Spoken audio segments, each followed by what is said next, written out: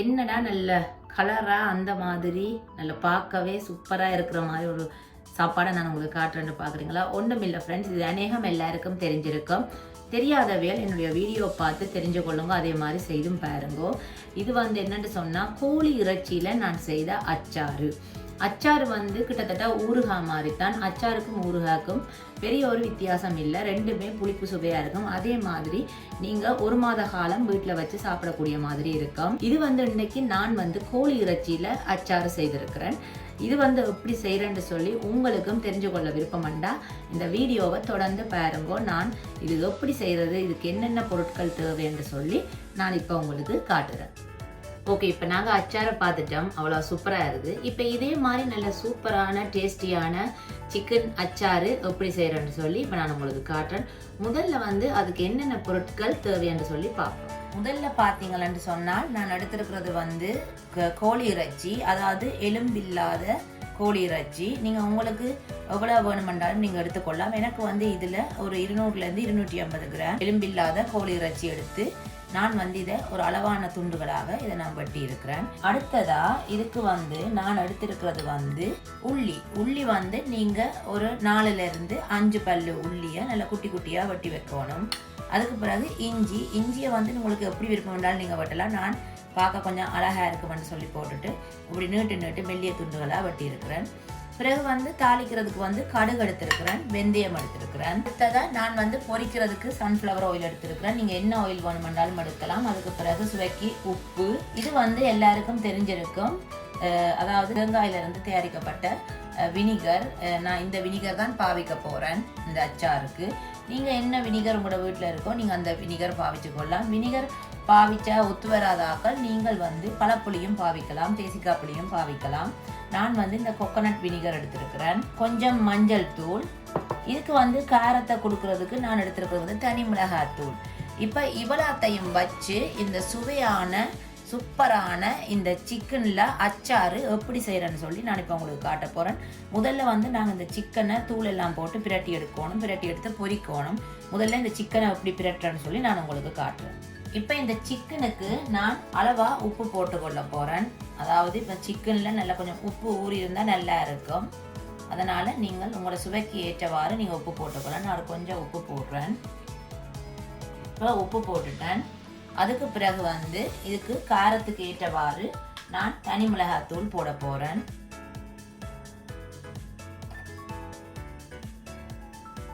அதுக்கு பிறகு கொஞ்சம் மஞ்சள் தூள். இப்ப நான் இதுக்குள்ள தேவையான அளவு உப்பு, தனி மிளகாய் தூள், மஞ்சள் தூள் போட்டுட்டேன். இப்ப இதை நல்லா நான் பிரட்ட போறேன்.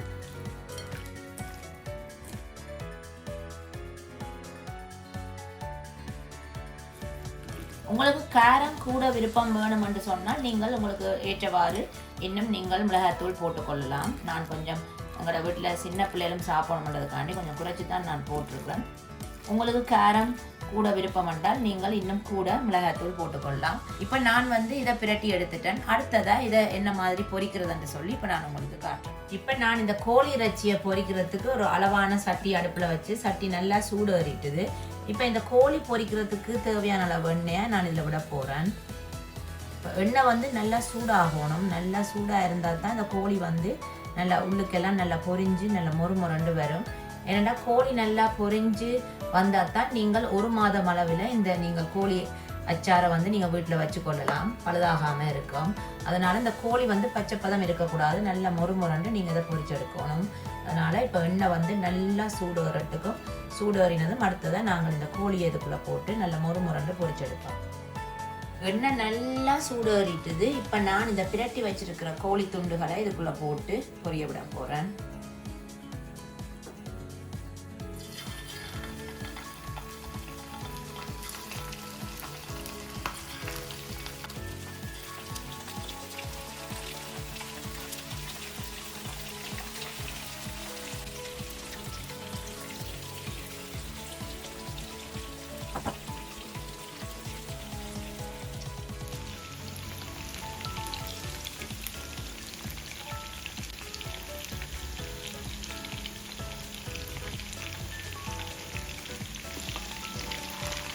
நான் சொன்ன மாதிரி கோழி நல்லா முருகை பொரிஞ்சிருந்தா தான் இந்த நீங்கள் போட்டில் போட்டு இந்த அச்சாரை 1 மாதத்துக்கு மேலே வச்சு பாவிக்கலாம்.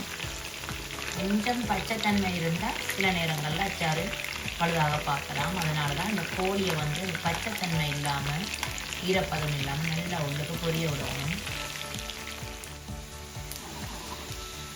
இப்போ இந்த கோழி பார்த்தீங்கன்னு சொன்னால் நல்லா மொறுமொரண்டு நல்லா பொரிஞ்சு வந்துட்டு நீங்கள் இந்த ஸ்டேஜ்லேயே இதை நீங்கள் வடித்து எடுத்துக்கொள்ளலாம். இதுதான் சரியான பதம்.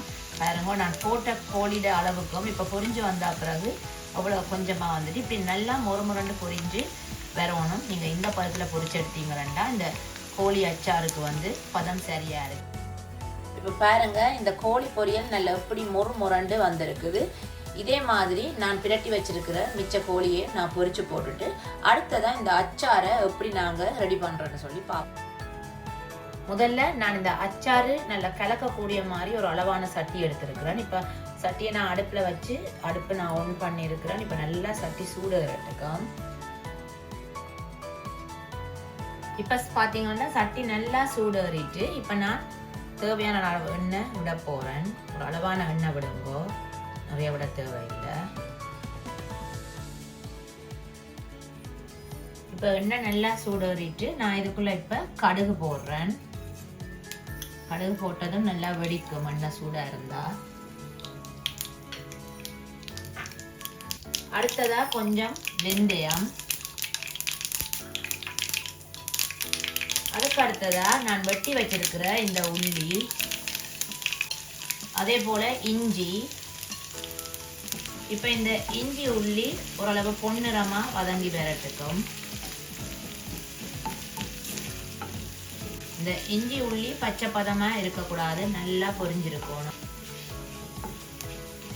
இப்போ இந்த இஞ்சியும் உள்ளியும் பாருங்க ஓரளவு பொன்னிறமா பொரிஞ்சிட்டுது. இப்போ அடுத்ததா இதுக்குள்ள தேவையான அளவு மிளகாத்தூள், உங்களோட உரைப்புக்கு எவ்வளவு தேவையோ அதுக்கேற்றவாறு மிளகாத்தூள்.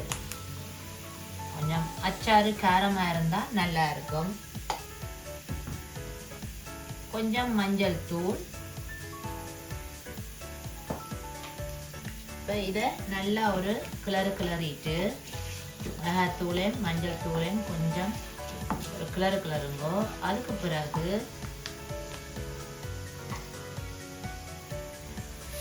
சுவைக்கேற்றவாறு உப்பு. அடுத்ததா நான் வினிகர் விட போறேன். இந்த வினிகர் விட்டதும் கொஞ்சம் நேரம் இதை அப்படியே இதில் கொதிக்க விடணும்.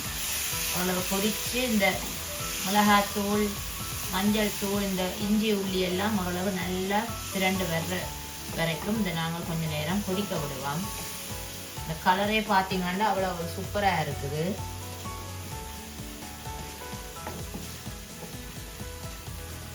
நல்லா அந்த கொதிச்சு நல்லா ஓரளவு திரண்டு வர்ற ஸ்டேஜில் நாங்கள் இந்த பொரிச்சு வச்சிருக்கிற கோழியை இதுக்குள்ள போட்டு நல்லா கலந்து விடணும். சரியான சுலபமாக நீங்கள் செய்யலாம். இந்த கடைகளில் செய்து விற்கிறத வேண்டி சாப்பிட்றதுக்கு நீங்கள் வீட்டிலேயே நல்ல ஃப்ரெஷ்ஷாக இதை நீங்கள் தயார் பண்ணி சாப்பிடலாம். இப்போ நான் விட்ட வினிகர் வந்து பாருங்க ஓரளவு நல்லா கொதிச்சு நல்ல மிளகாய் தூளோட நல்லா 2 விறக்கு இருந்தது. இப்போ இந்த டைமில் நான் பொரிச்சு வச்சிருக்கிற இந்த கோழி பொரியலை இதுக்குள்ள போட போகிறேன். இந்த கோழியை இதுக்குள்ள போட்டு நல்லா பிரட்டி விடணும். நாங்கள் விட்ட வினிகர் எல்லாம் இந்த கோழியில நல்லா ஊறி வரும்.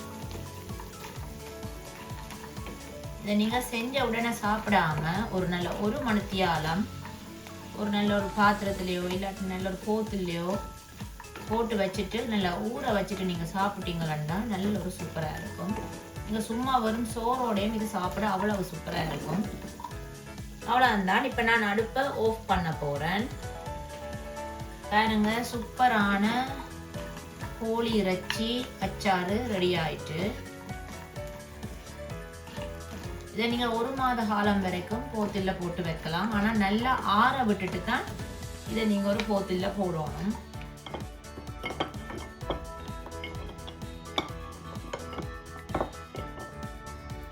இன்றைக்கு நான் செய்து காட்டின இந்த சூப்பரான சிக்கன் அச்சாறு நீங்களும் கட்டாயம் வீட்டில் செய்து பாருங்கோ. அவ்வளோ ஒரு ஈஸி, நல்ல குயிக்காக நீங்கள் செய்யலாம். நல்ல சூப்பராக கடைகளில் வண்டி சாப்பிட்றதுக்கு நீங்களே வீட்டில் தயாரித்து இது 1 மாத காலம் வரைக்கும் நீங்கள் இதை வச்சு சாப்பிடலாம். நான் சொன்ன மாதிரி இந்த கோழியை வந்து நல்லா பொரிய விட்டு அந்த இஞ்சி உள்ளியெல்லாம் பச்சை பதம் இல்லாமல் நல்லா பொரித்து நீங்கள் இது செஞ்சீங்கன்னு சொன்னால் 1 மாத காலம் வரைக்கும் நீங்கள் போத்தில் இதை வச்சு நீங்கள் அவசரத்துக்கு வெறும் சோறோடையோ பானோடையோ ரொட்டியோடையோ சப்பாத்தியோடையோ நீங்கள் எதோடையுமே சாப்பிடலாம். அவ்வளோ ஒரு சூப்பராக இருக்கும். கட்டாயம் மறக்காமல் வீட்டில் இதை செய்து பாருங்கோ. செய்து பார்த்துட்டு எனக்கு எப்படி வந்தேன்னு சொல்லி மறக்காமல் கமெண்ட்டில் சொல்லுங்கோ. அதே போல் இந்த வீடியோவை தொடர்ந்து பார்த்து சப்ஸ்கிரைப் பண்ணி சப்போர்ட் பண்ணுற எல்லாருக்குமே ரொம்ப ரொம்ப ரொம்ப நன்றி. நான் முடிஞ்சளவு உங்களோட கமெண்ட்டுக்கு நான் பதில் போடுவேன். நான் தொடர்ந்து என்னால் முடிஞ்ச அளவுக்கு உங்களுக்கு சுலபமாக செய்யக்கூடிய வித்தியாசமான சாப்பாடு வகைகளை நான் உங்களுக்கு போட்டுக்கொண்டே வருவேன். நீங்கள் தொடர்ந்து எனக்கு சப்போர்ட் பண்ணி சப்ஸ்கிரைப் பண்ணி லைக் பண்ணி ஷேர் பண்ணுங்க.